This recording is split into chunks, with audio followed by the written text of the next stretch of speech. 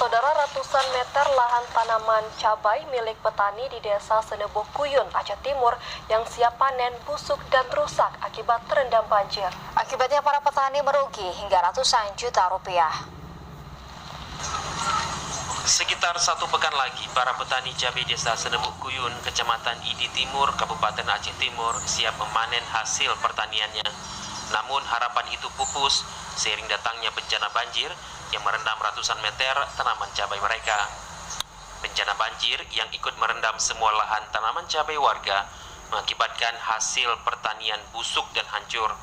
Para petani sangat terpukul lantaran tanaman cabai milik mereka gagal panen. Padahal hasil pertanian ini rencananya akan dijual ke pasar tradisional Kota Idi. Sebagian dari hasil penjualan itu akan digunakan untuk kegiatan maulid di dayah bersama warga setempat.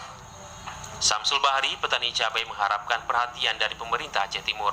Pasalnya, musibah dan kerugian yang telah mereka rasakan membuat perekonomiannya terpuruk di tengah masa pandemi COVID-19. Cabai saya terendam sejak hari Jumat sampai Sabtu 2 malam berturut-turut, semua mati. Terkena lumpur. Sejak Minggu saya panen, saya kutip bersama masyarakat. Ternyata hasilnya nggak dapat terjual.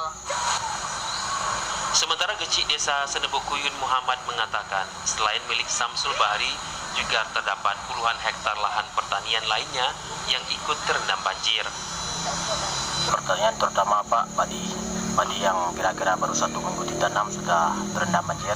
Itu yang paling utama karena lahan persawahan di tempat kita termasuk luas, Pak. Itu yang paling utama. Kedua, itulah yang paling banyak kerugian termasuk cabai ini, Pak. Cabai ini kira-kira ada 12 rantai, rata-rata semua terendam, Pak.